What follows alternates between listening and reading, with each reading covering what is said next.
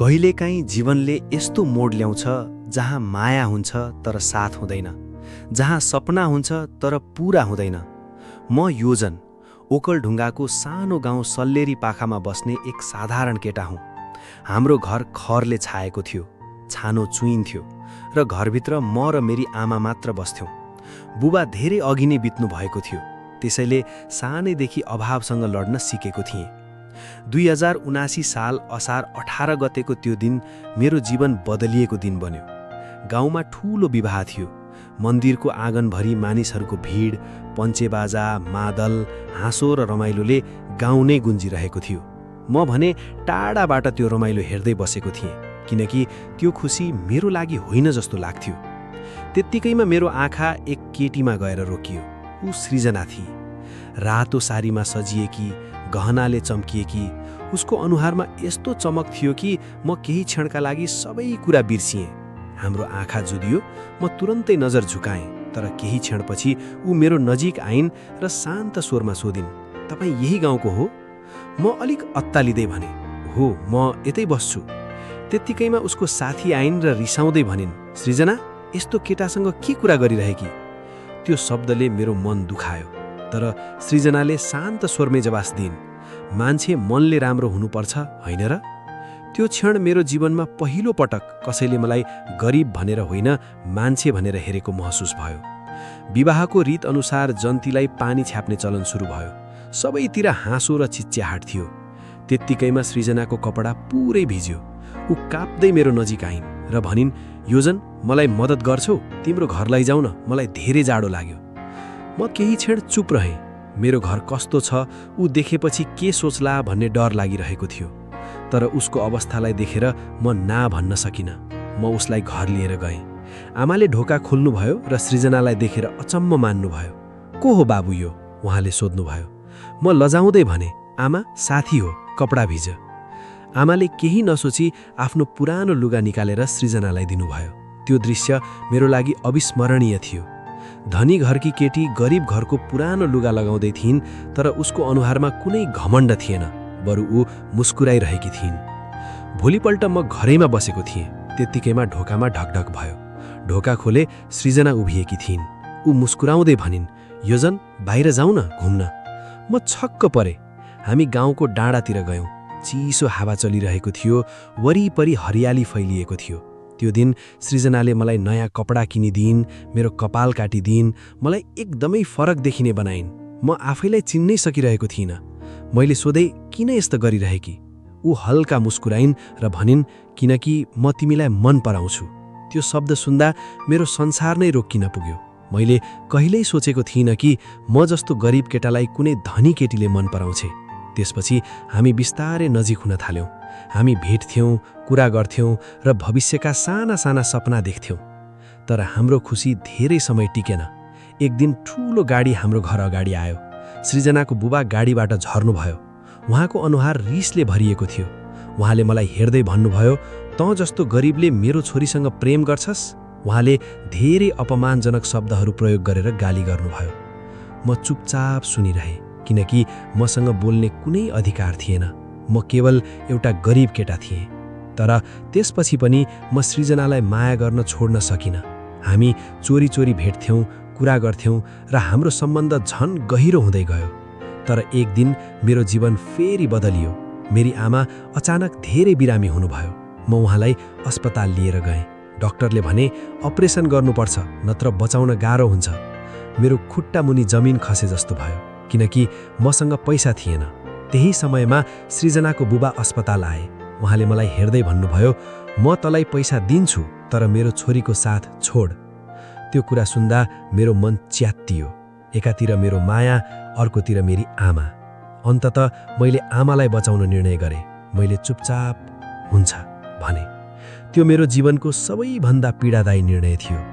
त्यो दिनपछि मैले सृजनासँग बोल्न छोडिदिएँ। उसले धेरै पटक फोन गरिन्, भेट्न खोजिन्, रोइन्, तर म चुपचाप बसेँ। म उसलाई सत्य भन्न सकिनँ। म केवल उसलाई टाढा धकेल्दै गएँ। तर मलाई थाहा थिएन त्यो मौनता, त्यो टाढापन हाम्रो प्रेमलाई यस्तो मोडमा पुर्याउनेछ जहाँबाट फर्किन सम्भव हुँदैन। समय बित्दै गयो, तर केही यादहरू कहिल्यै पुराना हुँदैनन्। म योजन नयाँ गाउँमा आमासँग बसाइ सरेको थिएँ। जीवन बाहिरबाट सामान्य देखिन्थ्यो, तर भित्रभित्रै म अझै पनि सृजनाको सम्झनामा हराइरहेको थिएँ। उसलाई मैले बोलेको अन्तिम शब्द अझै पनि मेरो कानमा गुन्जिरहन्थ्यो, म तिमीलाई कहिल्यै माया गर्दिन। त्यो झुट थियो, तर परिस्थितिले मलाई त्यो झुट बोल्न बाध्य बनाएको थियो।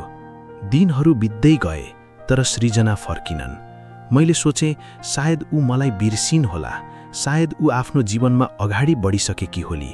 तर मलाई थाहा थिएन मेरो एउटा निर्णयले उसको जीवनलाई कति ठूलो चोट दिएको थियो। एक दिन गाउँमा एक पुरानो साथी भेटियो। उसले अचानक भनेको कुरा सुनेर मेरो संसार नै रोकियो। योजन, तिमीलाई थाहा छ, सृजना तिमीलाई धेरै माया गर्थी, तर तिमीले छोडेपछि ऊ पुरै भाँच्ची। मेरो मुटु जोडले धर्कियो। उसले अगाडि थप्यो, ऊ केही समयपछि सहर गइन्, तर अहिले कहाँ छ भन्ने कसैलाई थाहा छैन। त्यो दिनपछि म झन बेचैन भए। हरेक दिन म सोच्थे, मैले के गरे, किन सत्य भन्न सकिन, किन मैले उसलाई यति ठूलो पीडा दिएँ। केही वर्ष बित्यो, आमा पूर्ण रूपमा निको भइन्, तर मेरो जीवन अझै अधुरो थियो। एक दिन अचानक मलाई विदेश जाने अवसर मिल्यो। घरको आर्थिक अवस्था सुधार्न म विदेश जान तयार भएँ। मन भारी थियो, तर अब मसँग अर्को विकल्प थिएन। एयरपोर्टको दिन म काठमाडौँ पुगेँ। सबै प्रक्रिया पूरा गरेर म भित्र जान लागिरहेको थिएँ। त्यत्तिकैमा मेरो नजर एउटा क्याफेमा एउटा परिचित अनुहारमा अड्कियो। त्यो अनुहार सृजनाको बुबा थियो। म रोकिएँ। उहाँ एक्लै बसेका थिए, अनुहार थाकेको र आँखा भरिएका थिए। म उहाँको नजिक गएँ र बिस्तारै भने, अंकल नमस्ते। उहाँले मलाई देख्ने बित्तिकै आँसु झार्नुभयो। योजन, मलाई माफ गर, म छक्क परे। उहाँले अगाडि भन्नुभयो, मैले तिमीलाई टाढा राख्न गलत निर्णय गरेँ, तर त्यसपछि सृजना पुरै भाँच्ची। ऊ धेरै रोई र एक दिन ऊ भर छोडेर गइन्। मेरो खुट्टा कमजोर भयो। मैले सोधेँ, कहाँ गइन् उन्? उहाँले आँसु पुछ्दै भन्नुभयो, थाहा छैन, तर उसले आफ्नो बच्चा पनि लिएर गइन्। त्यो वाक्य सुन्दा मेरो संसार ढल्यो। उहाँले अगाडि थप्नुभयो, हो योजन, तिम्रो र सृजनाको एउटा बच्चा छ। अहिले करिब 2 वर्षको भइसक्यो, तर ऊ कहाँ छ कसैलाई थाहा छैन। मेरो आँखाबाट आँसु झरिरहे। म केही बोल्न सकिनँ। मेरो माया, मेरो जीवन, मेरो सृजना र मेरो सन्तान सबै हराएको थियो। त्यो दिन म विदेश जान सकिनँ। म एयरपोर्टबाट बाहिर निस्केँ। मेरो मनमा एउटै कुरा थियो, मलाई सृजना चाहिन्छ, मेरो बच्चा चाहिन्छ। आज पनि म उनीहरूलाई खोजिरहेको छु, हरेक ठाउँमा, हरेक भिडमा, हरेक अनुहारमा। तर अहिलेसम्म म उनीहरूलाई भेट्न सकेको छैन र म अझै पनि त्यही आशामा बाँचेको छु कि एक दिन सृजना फर्किन्छे मेरो बच्चासँग र मेरो अधुरो जीवन फेरि पूरा हुन्छ। किनकि साँचो माया कहिल्यै समाप्त हुँदैन, यो केवल पर्खाइमा बदलिन्छ। समय बित्दै गयो, तर केही यादहरू कहिल्यै पुराना हुँदैनन्। म योजन नयाँ गाउँमा आमासँग बसाइ सरेको थिएँ। जीवन बाहिरबाट सामान्य देखिन्थ्यो, तर भित्रभित्रै म अझै पनि सृजनाको सम्झनामा हराइरहेको थिएँ। उसलाई मैले बोलेको अन्तिम शब्द अझै पनि मेरो कानमा गुन्जिरहन्थ्यो, म तिमीलाई कहिल्यै माया गर्दिन। त्यो झुट थियो, तर परिस्थितिले मलाई त्यो झुट बोल्न बाध्य बनाएको थियो। दिनहरू बित्दै गए, तर सृजना फर्किनन्। मैले सोचेँ सायद ऊ मलाई बिर्सिन् होला, सायद ऊ आफ्नो जीवनमा अगाडि बढिसकेकी होली। तर मलाई थाहा थिएन मेरो एउटा निर्णयले उसको जीवनलाई कति ठूलो चोट दिएको थियो। एक दिन गाउँमा एक पुरानो साथी भेटियो। उसले अचानक भनेको कुरा सुनेर मेरो संसार नै रोकियो। योजन, तिमीलाई थाहा छ, सृजना तिमीलाई धेरै माया गर्थी, तर तिमीले छोडेपछि ऊ पुरै भाँच्ची। मेरो मुटु जोडले धर्कियो। उसले अगाडि थप्यो, ऊ केही समयपछि सहर गइन्, तर अहिले कहाँ छ भन्ने कसैलाई थाहा छैन। त्यो दिनपछि म झन बेचैन भए। हरेक दिन म सोच्थे, मैले के गरे, किन सत्य भन्न सकिन, किन मैले उसलाई यति ठूलो पीडा दिएँ। केही वर्ष बित्यो, आमा पूर्ण रूपमा निको भइन्, तर मेरो जीवन अझै अधुरो थियो। एक दिन अचानक मलाई विदेश जाने अवसर मिल्यो। घरको आर्थिक अवस्था सुधार्न म विदेश जान तयार भएँ। मन भारी थियो, तर अब मसँग अर्को विकल्प थिएन। एयरपोर्टको दिन म काठमाडौँ पुगेँ। सबै प्रक्रिया पूरा गरेर म भित्र जान लागिरहेको थिएँ। त्यत्तिकैमा मेरो नजर एउटा क्याफेमा एउटा परिचित अनुहारमा अड्कियो। त्यो अनुहार सृजनाको बुबा थियो। म रोकिएँ। उहाँ एक्लै बसेका थिए, अनुहार थाकेको र आँखा भरिएका थिए। म उहाँको नजिक गएँ र बिस्तारै भने, "अङ्कल, नमस्ते।"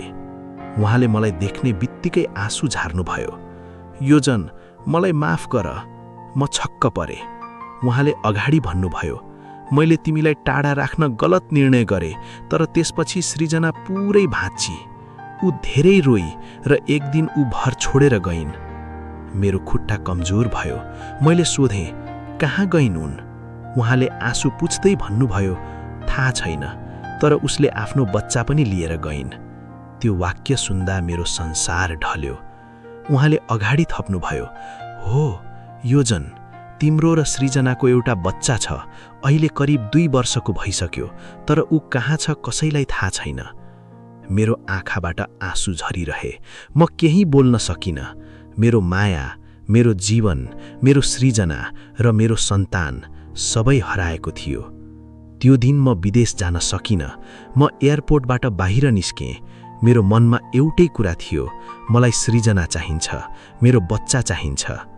आज पनि म उनीहरूलाई खोजिरहेको छु, हरेक ठाउँमा, हरेक भिडमा, हरेक अनुहारमा। तर अहिलेसम्म म उनीहरूलाई भेट्न सकेको छैन र म अझै पनि त्यही आशामा बाँचेको छु कि एक दिन सृजना फर्किन्छे, मेरो बच्चासँग, र मेरो अधुरो जीवन फेरि पूरा हुन्छ। किनकि साँचो माया कहिल्यै समाप्त हुँदैन, यो केवल पर्खाइमा बदलिन्छ।